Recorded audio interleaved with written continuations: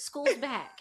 School's back. School's back. You guys, her kids did not have fried chicken until they came. They don't even like fried chicken now. They like my chicken. I mean, there's times where you tell me things I don't want to hear. I'm like, y'all let your kids heel it around the restaurant. You should never mix business and friendship. It's a recipe for disaster. But here we are in a podcast. Oh shit.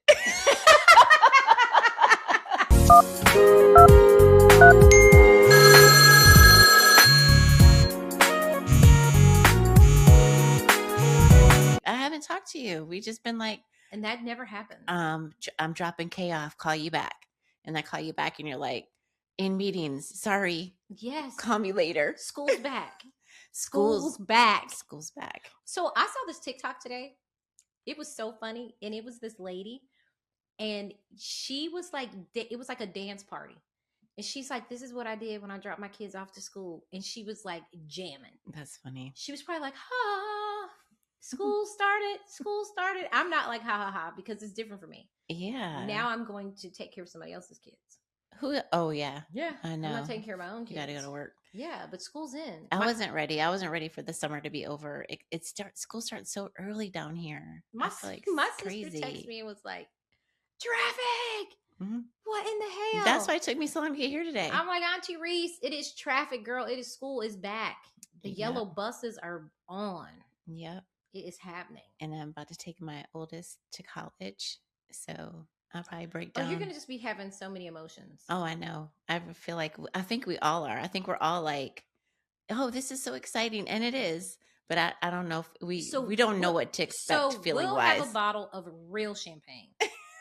We did have a bottle of Dom at this party. Yeah, no, but when you come back, because you're going to need it. Well, no, I'll be leaving for Jacksonville for a soccer tournament. I'm going to be flying back. After that. Yeah. Well, we're really after that for sure. Because soccer's starting, volleyball starting, school's starting. Mm-hmm. Yeah. I wonder if we can find a way to like between our travels to like maybe meet up. Like we've tried that a couple of years and it didn't really work out because the soccer and the volleyball schedules conflicted. But maybe this year we'll be lucky. Because we have some tournaments to plan in different places. I was where Gracie goes to school at, having dinner with another mom with her. She's amazing.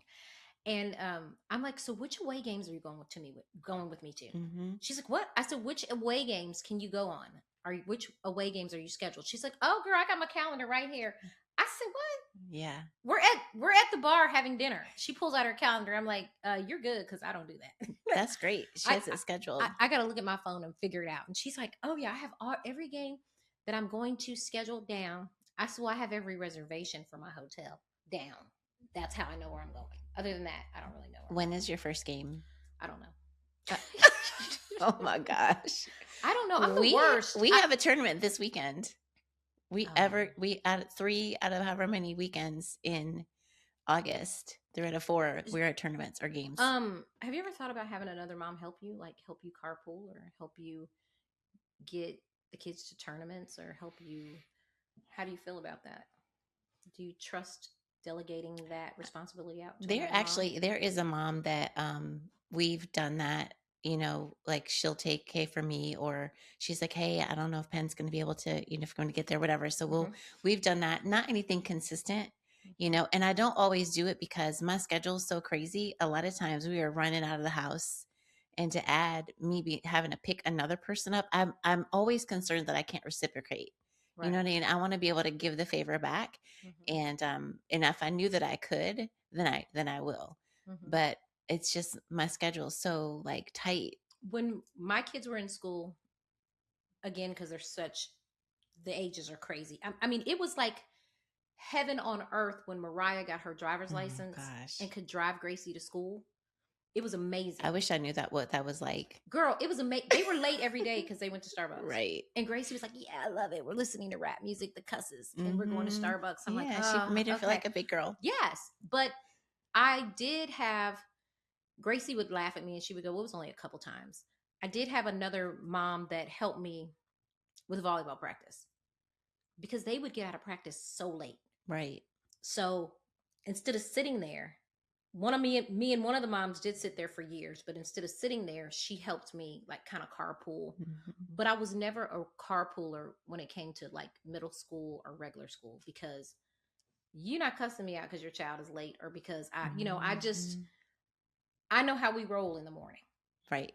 I know if they want to stop at Chick-fil-A, I'm probably going to stop. Right. I know if they want to go to Starbucks, I want to go to Starbucks. So I was never really a car puller when it came to my kids going to school. I did pay his friend Brady to take him to school. So once a month, I gave Brady money to take D to school because I had to get Mariah to school or wake Mariah up. She was so little. So I would pay Brady, he would pick him up, and then he would bring him home from basketball practice. Yeah, that's perfect. Yeah, it was perfect, but I never saw my child. But you have to find people that you trust, to drive your kids back and forth. And the crazy thing about that is, how do you find that? Say if you're a mother and you're relocating and you don't have family in the city. Well, that's me. I don't have any family here now. I mean, I do now, like my Mm-hmm. mom is here now, but before, when we got married and we had the girls and we had, my bonus daughter before that, his mom was here. She lived way on the other side of town. Mm-hmm. So, once Kendall was born, she helped. No, I take that back. My biggest support, she did help with when Kay was born, but my biggest support really was my coworkers at the Or health. Auntie Lou.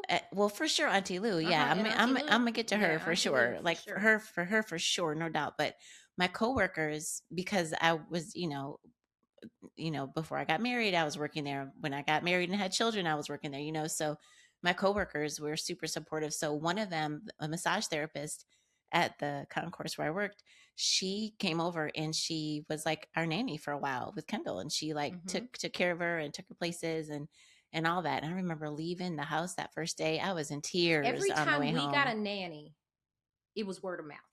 One time in Indiana, we hired a lady who was a nurse. She was a retired nurse to be our nanny.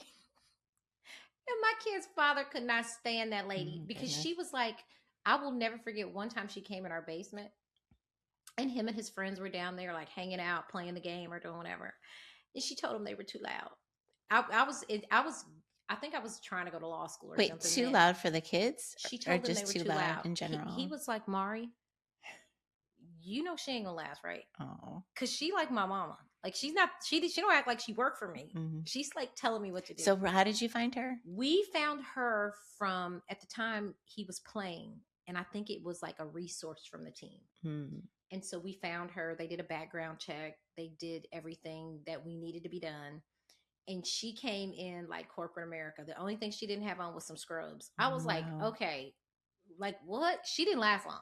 Yeah. She did not last long. But it's like, my niece has a nanny at her house and she had to vet her. She had to background check her. Her dad, who was a retired police officer, and her stepmom, who's a retired police officer, had to check up on her, had to make sure everything was okay. Mm-hmm. The house is loaded down with cameras because it's honestly like you don't even know who to trust with your children at this point. Like you just, it's hard. Yeah, like I said, I was fortunate because the people I worked with, my coworkers, are like my family because I moved here Mm-hmm. with no family, and I worked there for so long, and we all kind of grew up together, Mm-hmm. And then of course, like So what about your Lou, who real? we mentioned, is Mm-hmm. like an auntie, And that's when friends become family. yeah, and that's what's happened with me is because I've never lived close to my family, even growing up. So my friends have always been, my close friends. I consider them family. Mm-hmm. Yeah, That's how I am. definitely. That's definitely how I am. I mean, I'm like all my neighbors probably know the code to my garage. Like it's like Yeah. I don't care. I I don't care who comes in. We're like a village. My girlfriend said to me the other day, which was really really insightful. She's like, "Where you live is priceless. The people around you are priceless. Like your friend group is priceless." Mhm. It's like when my son was having his baby shower and one of my neighbors said to my son's in-laws, he's like, you'll see the same set of people every time you come to every party. Yeah, that's very true. What happens at the party stays at the party. What we do stays between us. There's like no new people coming in to infiltrate the camp. If you've been around, you've been around for 20 years. Like this is how we do things. And every single person that was in that house, I trust with my children. And that happened because you lived in the same neighborhood. So your Mm-hmm. neighbors became like family to Mm-hmm. you, Mm-hmm. right? So, When Mariah was younger, I had my friend group. Oh, girl, we were so funny. We would dress our kids alike. We would go see Cheetah Girls. One of us would grab all the kids at carpool, and we would meet at Marlowe's, Mm-hmm. and we would have a booth with the moms, and our kids would have a booth doing their homework. And we had another friend. They lived in. I'm not even gonna say where they lived, but anyway, she had her kids there. And our kids would literally Healy. Remember Healy, the skates? Mm-hmm. They would Healy around the restaurant. And then we would check their homework. Y'all let your kids Healy around the restaurant. I know that's wrong. I know, yeah. They did. Nobody was there. It was like 3 I'm o'clock. just asking a question. Yeah, it's the truth. We did. We did. Gracie, you know if you saw Gracie that Elijah, now. Gracie and Elijah. If you saw that now, you'd be like, but nobody was there. I get it. And this is how terrible it was. It was like, now when I go to another Marlowe's, I'm like, oh, it's not like my Marlowe's. Mm-hmm. Like, we opened that Marlowe's. I mean, we would be at that Marlowe's after school with our kids in their own booth, and the bartenders and the waitress would be like, oh, guys, you guys want macaroni and cheese and fries, or macaroni and cheese and broccoli? And I'm like, what was wrong with us? But 2 of us were single. One of my friends was going through a divorce. One of my friends was married. And then there was me. And every Friday, we would get our kids together and go to her house and let the kids just play outside. I mean, if I needed anybody to help me pick up somebody from school, one of them was there. And I met them in Bible study. Yeah. One of them I met picking out a play set, which is crazy. Mm-hmm. So we were going to put a play set in our backyard. I met her there. We start talking. She's with her husband. I'm with my kid's dad. And we exchanged numbers. We started cracking up laughing when we found out the kids went to the same school. And I hate to say, but we were both like, "Ooh, you black." She was like, "Oh, girl, shoot, I met a sister. We done met a sister. It's good." So then we met. My other friend I met in Bible study, and we just picked up a system. Mm-hmm. And it's like, how do you meet really good people to trust with your kids? Well, that's what you do, I guess, like what you're saying for you, right? Because your experience is a little bit different than mine, right? So you are involved in different activities, mm-hmm. So like Bible study, or, I mean, that's kind of happenstance that you meet someone picking out a place set, but starting the conversation and continuing the conversation though, like, and, being open to meeting someone. Mm-hmm. And plus, where you live, you're like, oh, there's somebody else that's like me, or mm-hmm. whatever, mm-hmm. Because at the time, and where we live at, it wasn't that many. Right. And so it was like, hey girl, hey. Yeah. And everybody's like, oh, a light bulb went off. But when you're not going into work, like you do now, like when you're not mm-hmm. going into work, you have to figure out other ways to meet people. Mm-hmm.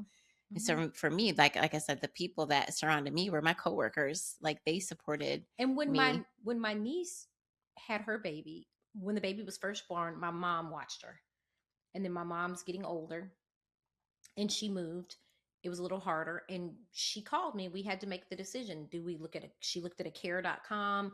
We went and looked at some other things. I was thinking to myself, Lord have mercy. If my Maria was here, you would have Maria. Maria was my kid's babysitter. And I still to this day talk to Maria. Well, where is she? She's in Seattle. Oh. And I love her. Oh my God, when I tell you I love her.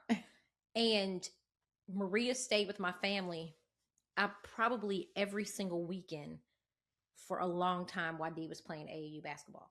Because I had to have somebody with me. So where did you find her though? A friend of a friend. Yeah. So it's just gonna. I mean, I find that's the best way is referrals. Mary had Mary had a babysitter, and just thinking Mary had a little lamb. Mary had a babysitter, and Mary's babysitter introduced me, and it was just great. It was great. Mm-hmm. And Maria, when she first came with us, she never spoke a lick of English. I think I remember you telling me about her. Mm-hmm. She's amazing. Yeah, you have to get out there. Like if you move to a new city and you have a new family, like you babies or toddlers or teenagers, you got to get out there. But when I had join clubs. When I had Dee, I was 20 something years old, and I had to put Dee in. I think Dee went to Creme de la Creme. Then he went to Peachtree Park Prep. I put Dee in school. And that's when I quit my job and went to school for education, because I felt like I was never with my son. Mm. He was at daycare all day. I mean, Waffle House knew us. They knew his order every morning. He got a bacon, egg, and cheese sandwich, too. And I went to work. Then I would pick him up from work and I would feel so guilty because I'm like, I never see my son. And I remember the day I turned in my resignation, I was like, I'm done with this. And that's how I got into education because I was like, I don't even see him. Now, mind you, was it a pay cut? Come on now. They need to pay teachers more. Shout out. They do need to pay teachers They more. definitely need to pay Speaking of teachers back to more. school, like that'd be amazing. They could pay teachers to pay way teachers more. way more. Those supply lists are long. And I feel horrible. I don't want the teachers to have to go and buy all that stuff out of their own pocket. So whenever we get a supply list, I mean, I just buy everything on the supply list. When we talk about teachers, that's going to be a whole nother show because these people are amazing. They know when kids are hungry, when kids are neglected, when kids are emotionally upset. They know when kids' self-esteem is, I mean, they are not just teachers. They're teachers, they're doctors, they're counselors. I commend all of them. I was looking at church on Sunday and I had to post Pastor Darius for praying over the teachers and praying over the school bus drivers and praying over all the people that take care of your kids and just the village that we have that takes care and supports these young people is amazing. Yeah, it's true. And you don't make no money.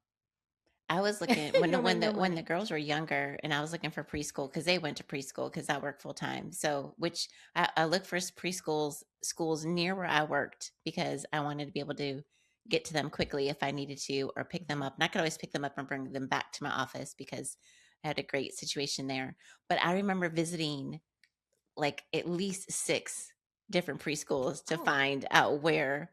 Me. I was just like, and if I saw like a big, huge, this is going to sound horrible, but whatever. This is where I was. I saw there was one school I didn't pick because they had a giant, humongous bowl of candy at the check-in. Y'all, I was like, okay, oh no, okay, oh no, that's not how we're starting the day. Only she would do that. Like, oh my God, it's like it's okay, horrible. They can't go to school because they sell fried chicken or they're having fried nuggets. Oh my goodness, girl. The little things matter, but I didn't. That's one of the reasons. There were other reasons too. But that's one of the reasons I didn't pick that school is because they had a big, giant, huge bowl of candy, girl, at the front.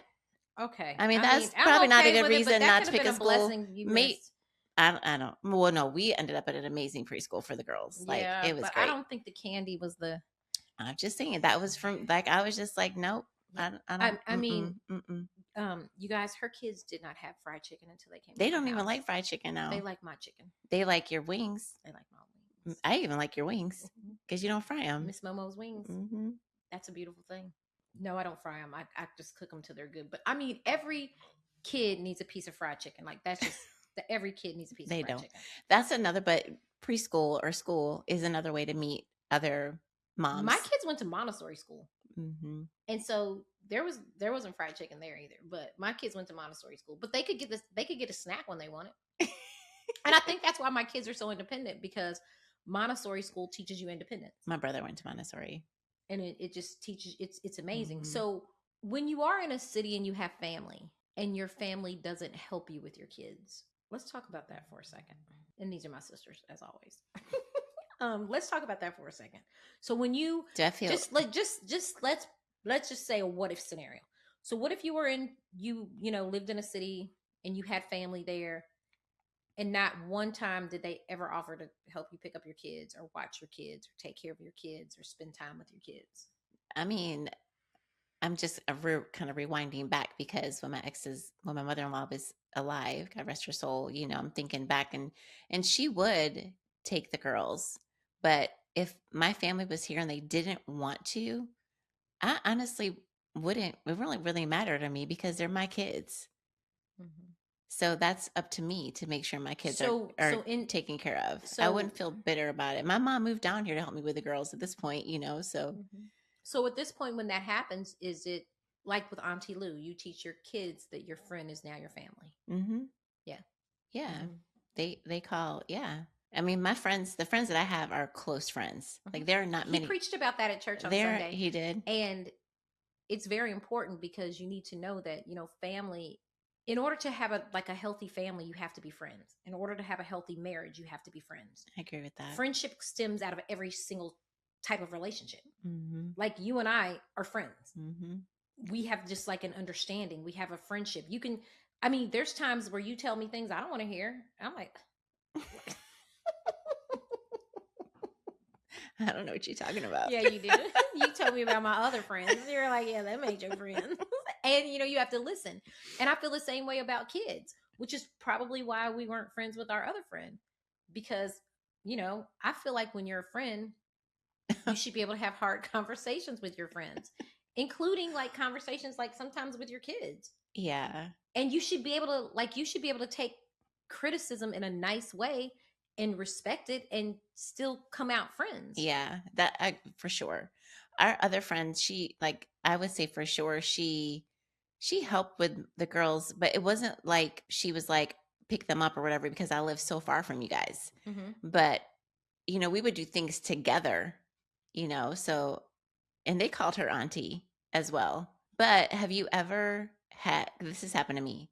Have you had a friend that you consider like family, like your kids call auntie, but then they have a friend and you're like, I don't like that friend. oh, not that friend, Mm-hmm. because for Mm-hmm. me, having like friends that become family, they have the same, they may not always agree with the way I do things, but they respect it and they carry out my wishes the way that I would want it. And when it comes to your kids, I'm going back to the Bible. You have to have discernment.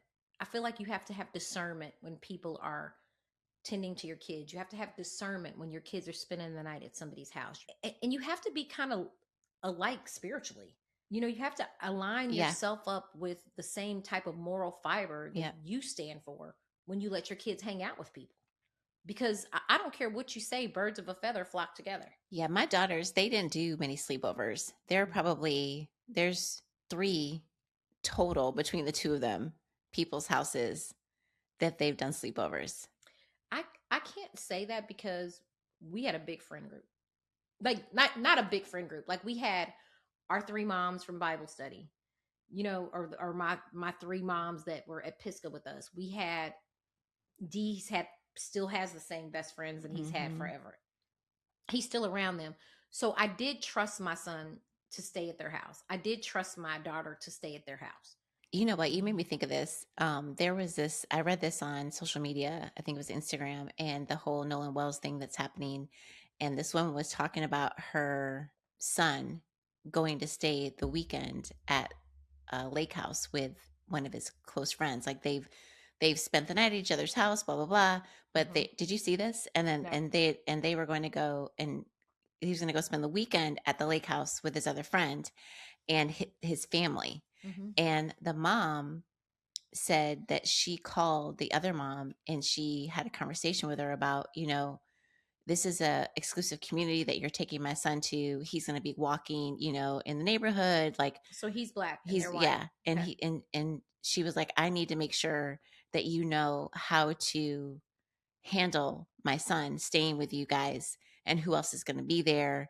And like, I'm trusting my son with you because he's maybe walking in the neighborhood and somebody doesn't know he's going to be there. And they may say he's not supposed to be there. And we know how that can turn out. And I thought that was so interesting. You made me think about that when you talk about D doing sleepovers. But D, I would have a lot of people stay here. I was very, I know who D was with, and they were like really good people. I know there have been a couple times where she was like, "Oh no, Miss Momo, they're good to stay somewhere else." I'm like, "No, hell no, they're not staying there." Right, because the parents, like the kids, and the kids are whatever. Kids are kids, but you got to know the parents. I feel like in the scripture when all the disciples, the demons were like, "Oh, I know you, and I know you, and I know you, but I don't know you, so that I'm gonna jump on you." So no, I didn't allow my kids to be in situations where I thought that they were going to be harmed or affected, which I don't think any mother does. No, I mean, do you have a conversation with the parents? You know what I mean? Because I think there are some. Well, I didn't think that I had conversations with the parents because it wasn't like they were going to stay at a strange parent. Right. So you knew them. Oh yeah. Right. It wasn't like, oh, Timmy from, no. biology class is having a sleepover, No. can I, right. So if it was going to be like Mariah and Victoria together, or it was going to be Mariah and Ashley together. Right. So it was going to be 2 of them. I would do that too. Yeah. At somebody's house where they didn't know. You know what I'm saying? It wasn't going to be, it was going to be Gracie and Logan together. Yeah. It wasn't going to be like, oh yeah, no. Nope. No, I wasn't doing that. Like, I was just like, no, I wasn't doing that. So I'm going to ask the question you asked me back, or rewind back to when you were talking about family being in town. So if you have family here, like, what is your expectation of your family? Like, as you're raising your kids when they're like babies and then toddlers and then preschool and elementary and high school, like, do you have an expectation of your family to step in? To be really, really honest with you, I never had the expectation. I always had somebody that I hired. Mm-hmm. I never asked them. All my sisters worked. Everybody had a job. When my kids were young, my mother didn't live here. And when you have conversations about your kids, and you have conversations about, I'm at the end of my rope and I'm about to break down and everybody in this motherfucker's crazy. Like, when you have these conversations as a mother, I have those conversations with very few people. I only have those conversations with people that I completely trust, Mm-hmm. because my kids are my world. That's my inner circle.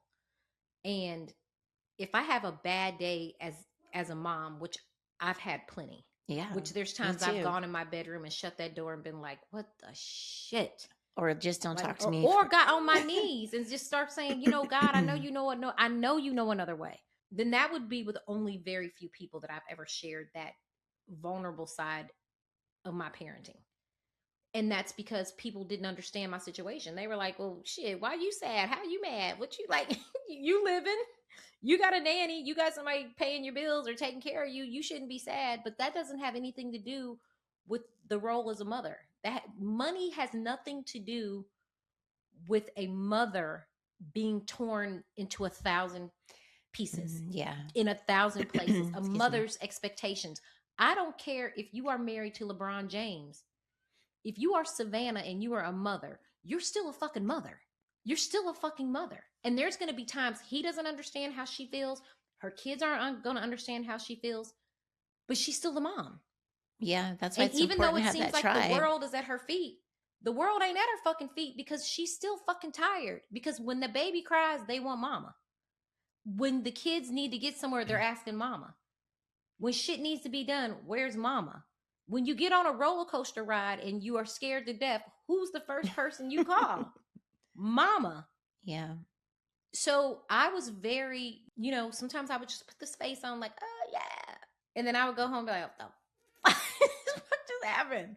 Right? Or on the other end, I was so thankful for my friends that helped me through that situation when my kids were little. Yeah. My kid, like my friends, I couldn't even keep Gracie in my arms. I had my one friend, she would be like, come on, Gracie's my baby. Like, Gracie's my baby. Like, I got it. Like, they came through like troopers. Yeah. And when I needed a moment, they were there to give me a moment. So that's why it's so important to get that tribe. Like, even if it's, I mean, I'm not big on a whole bunch of people. Like, if you have like 2-3 people that you're close with that you can confide in and call and say, you know what, I am about to lose it. And you don't, I feel like for me, it's like when it hits, I don't even know what the last straw was. It's just all of a sudden, it's just like, okay, I need a minute. I can remember one day Mariah calling me from school hysterical. She was hysterical because this teacher had talked to her so bad. Like, she was hysterical. And, at the time I was like all in my China wall with my like skull hoodie on, like blah, blah, blah, blah, blah. And I'm like, what? She like called me immediately. I mean, I think I was at the school like from 0 to 100. I walked in that hallway and the lady, she was mad at my daughter over her earrings. She told my daughter she needed to take off her earrings. I told my daughter, just like we're talking about Nolan Wells, we teach our kids certain rules. You come with me, you stay with me. If I come, you come together, you leave together. You do not take your shit off. You do not eat everybody's food. Like, there's just certain rules that you have with people. Like, right? It's just certain rules. Yeah. And this lady proceeds to tell Mariah she needs to take off her earrings at school. And Mariah's bust in tears crying. I can't. My mom's going to give me, like, she's upset. Girl, I got up to that school. This lady was terrible. Like, terrible to the point she had me in tears. I walked out to that car. I called my friend's husband. And I was like, ah! It wasn't 2 seconds. The headmaster was on the phone with me. And he said, this will never happen again. They will never treat that child like that again. It was horrible. But that's where my village came in. That's where my protection came. That's when they were like, you know what, hey girl, we got you. We got you, whatever you need. And you don't treat a single parent like this. Because I'm telling you, if Mariah's dad was there, she'd have never said a word. Right. She'd have never said nothing. But she said it to me because she thought she could. Mm-hmm. But she couldn't. Yeah. But she couldn't. I just hope everybody has a really good back to school year. I hope all the moms that are single doing it on their own, or all the moms that are married whose husbands travel. And then, you know what? Let's broaden the category. And the mothers whose husbands are at home and don't do shit. Because it's a whole lot of them too. Right? Yeah. There's a whole lot of really, there's a whole lot of really good dads. There's a whole lot of dads that can't be there. There's a whole lot of dads that are there and don't act like they're fucking there. Mm-hmm. So I'm just being honest on all fronts. It takes a village to raise a child. And I feel like we need to get a hold of our children. We need to get a hold of our children, and we need to make sure that they're loved and they're taken care of and they're appreciated and they feel like they matter. Kids just need to know that they matter. And at the beginning of the school year, let's all do what we can to help make somebody else's child feel loved, to help make somebody else's circumstances better. If you're a single mom and you feel like you can't, like I was interviewing Tiffany Jetcoat, and she was saying, how she has to fly back and forth to take her son to see the dad, and how hard and how difficult it was. But look, congratulations, because baby's married. She got a new husband. She just got married the other day, and she's living her best life, and she's doing it. And I say that to say this: look at what God will do for you. Look at what God will do for you. She got a whole new husband, a whole new life, a whole new man. Her baby's doing really well. And that's what that's what we're here for. Moms, we need to stick together, have conversations, and talk about the difficult shit. Talk about it. Yeah, I mean, guarantee like you're not going through it alone. There's another mom that is having that same experience. No. So, and when you feel like you can't, somebody can. And when you feel like you're weak, somebody's strong. And they got it. Yep.